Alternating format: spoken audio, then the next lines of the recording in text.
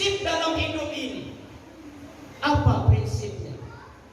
Biarlah roda berputar, tetapi sumbunya tidak akan berputar. Artinya apa? Bagaimanapun godaan terhadap dirinya, wanita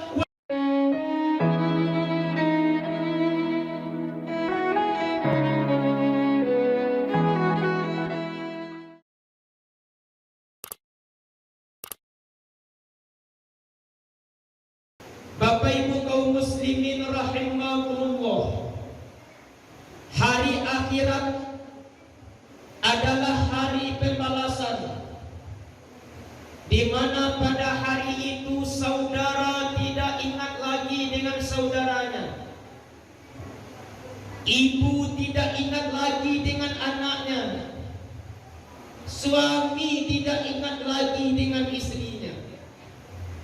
Timbul pertanyaan, kenapa ini bisa terjadi? Menurut Imam Nawawi, Bapak Ibu, ini terjadi karena pada hari itu manusia disibukkan oleh urusan masing-masing. Kenapa tidak?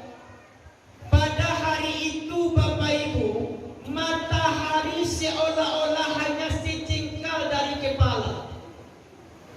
Panasnya menyengat tubuh, dan saat itu tidak ada naungan kecuali naungan Allah Subhanahu wa ta'ala.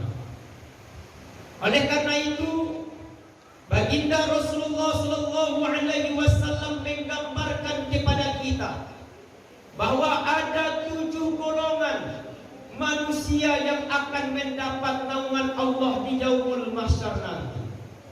Sebagaimana sabda Rasul, sab'atun yazilluhumullahu fi zillihi yauma la zilla illa zilluh. Ada 7 golongan manusia yang akan mendapat naungan Allah. Pada hari itu tidak ada naungan kecuali naungan Allah Subhanahu wa ta'ala. Siapa yang 7 itu? Ini yang akan kita kaji pada malam hari ini. Bapak Ibu kaum muslimin yang berbahagia, yang pertama yang akan mendapat naungan Allah di yaumul mahsyar nanti adalah al-imamul adil, pemimpin yang adil. Pemimpin merupakan suatu tugas yang mulia kalau didasarkan dengan ikhlas. Namun tidak semua pemimpin yang mulia itu, Bapak Ibu, yang akan mendapat naungan Allah. Tetapi dalam hadis ini disebutkan bahwa pemimpin yang akan mendapat naungan Allah itu adalah pemimpin yang adil. Apakah itu dia pemimpin rumah tangga? Apakah itu pemimpin sekolah? Apakah itu pemimpin masyarakat? Dan apalagi pemimpin diri sendiri? Kullukum ra'in wa kullukum mas'ulun ar-ra'iyati. Setiap diri adalah pemimpin, dan setiap pemimpin akan diminta pertanggungjawaban di hadapan Allah Subhanahu wa ta'ala. Pemimpin yang adil itu, Bapak Ibu, dia di perut tidak dikempeskan, di mata tidak dikecilkan. Artinya apa? Tidak semua pemimpin yang adil itu menimbang sama berat. Saya berikan contoh. Bapak Tion punya anak 3 orang.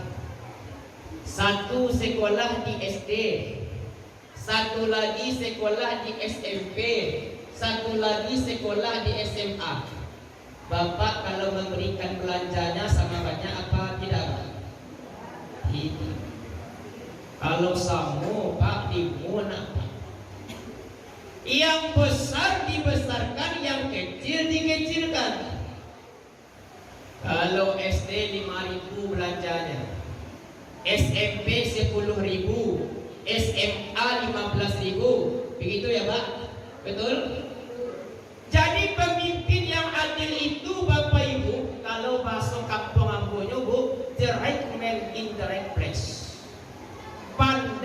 letakkan sesuatu pada tempatnya. Ini yang pertama, pemimpin yang adil. Lalu yang kedua, yang akan mendapat naungan Allah di yaumul mahsyar nanti adalah wasyabun nasya'a fi ibadatillah. Pemuda yang taat beribadah kepada Allah semasa hidupnya. Masa muda memang masa yang penuh dengan pancaroba. Tetapi masa muda tidaklah digunakan untuk hal-hal yang tidak bermanfaat.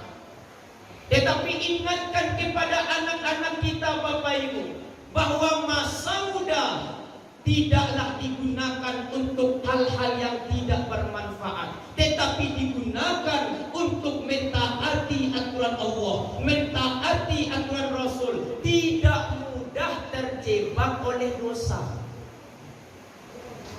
Malahan dalam sebuah hadis Bapak Ibu, baginda Rasulullah Shallallahu Alaihi Wasallam memberikan jempol kepada pemuda yang taat.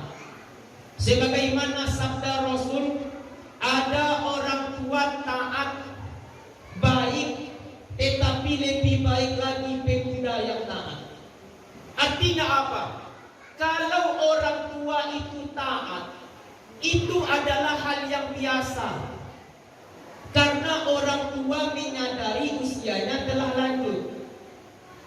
Tetapi kalau pemuda, dia masih muda mulia dalam masa pancaroba, tetapi dia selalu melibatkan dirinya untuk mentaati aturan Allah, mentaati aturan Rasul, tidak terpengaruh oleh kenakalan remaja atau yang kita sebut dengan tendensi moral. Pemuda yang seperti inilah yang akan mendapat naungan di yaumul mahsyar. Bapak Ibu kaum muslimin dan muslimat, sidang jemaah tarawih rahimakumullah. Lalu yang ketiga, yang akan mendapat naungan Allah di yaumul mahsyar nanti adalah wa rajulun qalbuhu mu'allaqun fil masajid. Laki-laki yang hatinya berpaut pada masjid.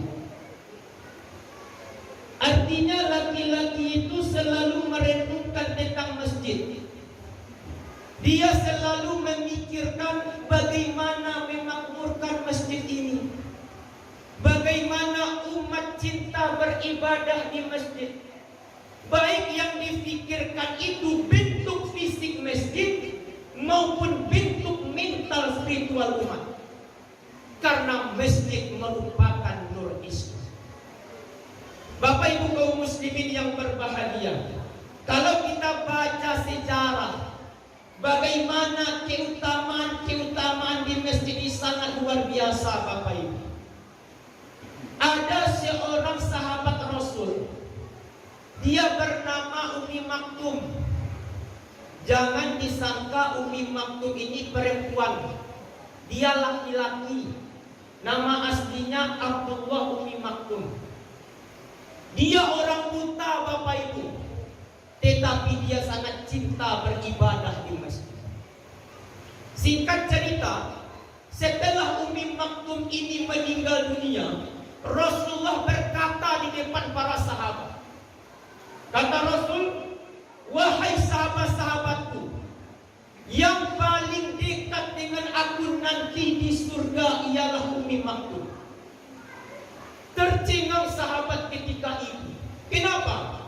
Karena keutamaan cinta ke masjid inilah yang membuat Umi Maktum masuk ke surga Allah Subhanahu wa ta'ala.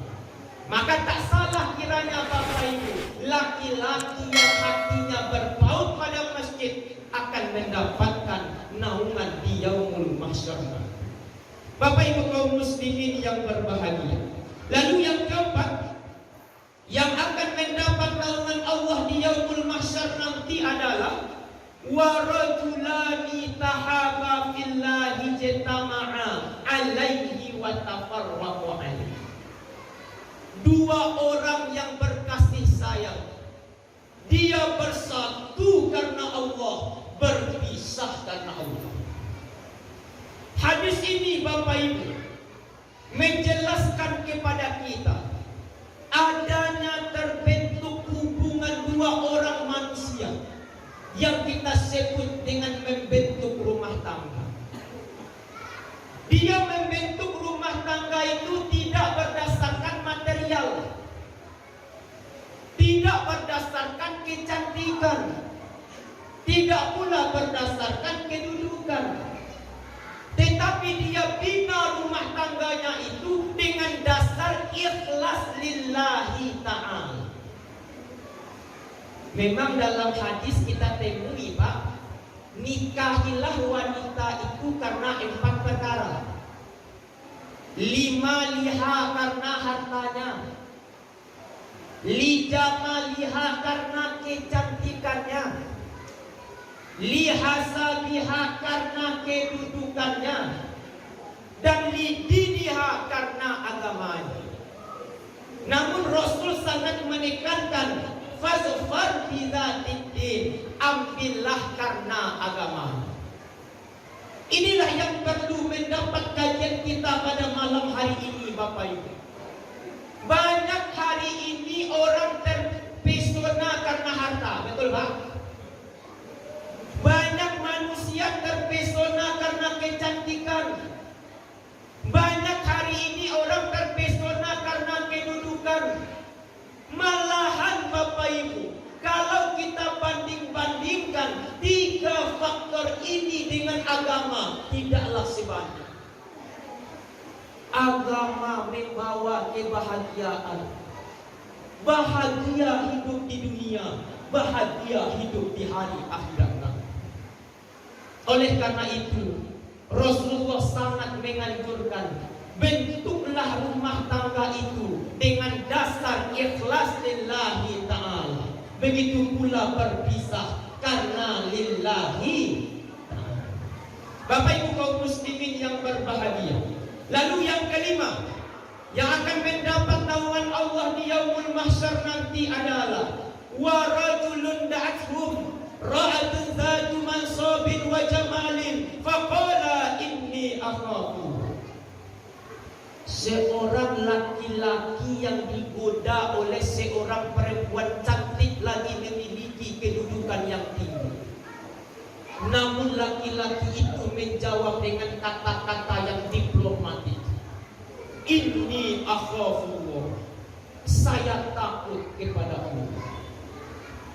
Hadis ini Bapak Ibu mengingatkan diri kita kepada kisah Nabi Yusuf alaihissalam yang digoda oleh seorang perempuan cantik lagi memiliki kedudukan yang tinggi, yang kita kenal dengan Siti Badriyah dulu, Siti Zulaikha.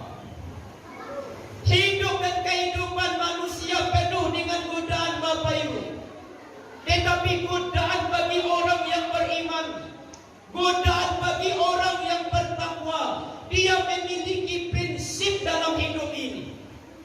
Apa prinsipnya? Biarlah roda berputar, tetapi sumbunya tidak akan berputar. Artinya apa? Bagaimanapun godaan terhadap dirinya, wanita cantik sekalipun, dia akan mengucapkan inni akhafullah, saya takut kepada Allah. Inilah keutamaan Nabi Yusuf alaihissalam Bapak Ibu. Begitu hebatnya Zulaikha membawanya ke dalam dosa, namun Nabi Yusuf selalu tegas, dia tidak tergoda. Kira-kira Bapak Ibu, hari ini ada orang yang imannya seperti iman Nabi Yusuf. Lihat orang di sekolah Pak, di luar banyak enggak. Di sekolah sedolai calon-calon penghuni surga. Ini pula lah Bapak Ibu, prinsip hidup yang juga dimiliki oleh baginda Rasulullah. Dalam sejarah kita temui begitu hebatnya godaan kafir Quraisy kepada Nabi Muhammad. Dalam sejarah kita temui apa kata kafir Quraisy, "Hai Muhammad, jam ini, menit ini, detik ini, jangan engkau kembangkan lagi agama. Apa yang kamu ingini akan kami penuhi Muhammad. Harta yang banyak, kedudukan yang tinggi, wanita yang cantik akan kami usahakan." Lantas ketika itu Rasul menjawab, "Paman, jika engkau letakkan matahari di tangan kananku, rembulan di tangan kiriku, aku akan selalu istiqomah dengan agamaku." Dalam artian Rasulullah tidak tergoda dengan kehidupan dunia. Bapak Ibu kaum muslimin dan muslimat, sidang jemaah tarawih rahimakumullah. Lalu yang keenam, yang akan mendapat naungan Allah di yaumul mahsyar nanti adalah wa rajulun tasaddaqa akhfa hatta la ta'lamu shimaluhu ma tunfiqu yaminuhu. Seseorang yang bersedekah dengan suatu sedekah, namun dia menyembunyikannya, seolah-olah tidak mengetahui tangan kirinya apa yang diberikan oleh tangan kanan. Allah Subhanahu wa taala berfirman di dalam surah Al-Lail ayat 5 sampai 7, "Fa amma man a'ta wattaqa wa saddaqa bil husna fasanuyassiruhu lil yusra." Maka adapun dengan orang-orang yang suka pemberi, dengan orang-orang yang suka pemurah, dan dia membenarkan akan kebaikan, maka kami siapkan baginya kemudahan-kemudahan. Ya kemudahan di dunia, ya kemudahan di hari akhirat nanti. Oleh karena itu Bapak Ibu, beruntunglah orang-orang yang berinfak, orang-orang yang bersedekah, orang-orang yang berwakaf di jalan Allah Subhanahu wa taala. Tetapi yang harus pula kita sadari Bapak Ibu, tidak semua orang yang berinfak, tidak semua orang yang bersedekah yang diterima oleh Allah Subhanahu wa taala. Ini pula lah yang disentil oleh Allah dalam surah Al-Maun, "Fawailul lil musallin alladzina hum an salatihim sahun alladzina hum yura'un wa yamna'unal." Neraka wel bagi orang-orang yang salat. Siapa itu? Yaitu orang-orang yang lalai dalam ibadah solatnya, orang yang ria dalam beribadah, dan orang yang enggan membayar zakat. Bapak Ibu kaum muslimin dan muslimat, jemaah yang berbahagia, hadis ini sebenarnya memberikan motivasi kepada kita Bapak Ibu, agar kita berinfak, agar kita bersedekah, agar kita berwakaf, harus didasarkan dengan ikhlas lillahi ta'ala. Apalagi sekarang kita berada di bulan suci Ramadan, bulan yang penuh rahmat, bulan yang penuh berkah, bulan yang penuh maghfirah, bulan yang dilipat gandakan amal di sisi Allah Subhanahu wa taala. Maka menjadi orang-orang yang rajin berinfaklah, menjadi orang-orang yang rajin bersedekahlah di bulan suci Ramadan ini Bapak Ibu. Jangan kita sia-siakan Ramadan kita. Buat jadwal, buat target, buat schedule selama Ramadan ini Bapak Ibu. Saya dan keluarga saya selama Ramadan khatam Al-Quran. Saya dan keluarga saya selama Ramadan berinfak ke masjid. Saya dan keluarga saya selama Ramadan berpatri kepada fakir miskin. Beruntunglah orang-orang yang berinfak, bersedekah di jalan Allah Subhanahu wa taala. Dan yang terakhir, yang ketujuh, yang akan mendapat naungan Allah di yaumul mahsyar nanti adalah wa rajulun dzakarallah khaliyan faqadat ayna. seseorang yang berzikir, seseorang yang ingat kepada Allah saat sunyi senyap, lalu dia mengalirkan kedua air matanya. Inilah yang kita sebut dengan solat tahajud. Bapak Ibu kaum muslimin yang berbahagia, di Ramadan ini Bapak Ibu ada satu malam yang mulia daripada 1000 bulan yang kita sebut dengan malam Lailatul Qadar. Orang yang mendapatkan Lailatul Qadar Bapak Ibu, dia sama beribadah dengan 1000 bulan. 1000 bulan itu berapa Ustaz? 1000 bulan itu sama dengan 83 tahun 3 bulan. Apa kalau begini Pak? Anda mampe alisamu 83 tahun 3 bulan. Orang yang mendapatkan Lailatul Qadar Bapak Ibu, dia sama beribadah dengan 83 tahun 3 bulan atau 1000 bulan. Kapan Lailatul Qadar itu Ustaz? Dalam hadis Muslim disebutkan, taharrau Lailatul Qadri fil witri min asyari bin Ramadan. Carilah olehmu Lailatul Qadar itu pada malam-malam ganjil di 10 yang akhir di bulan suci Ramadan. Bisa malam 21, malam 23, malam 25, malam 27, malam 29, malam-malam ganjil di 10 yang akhir di bulan suci Ramadan.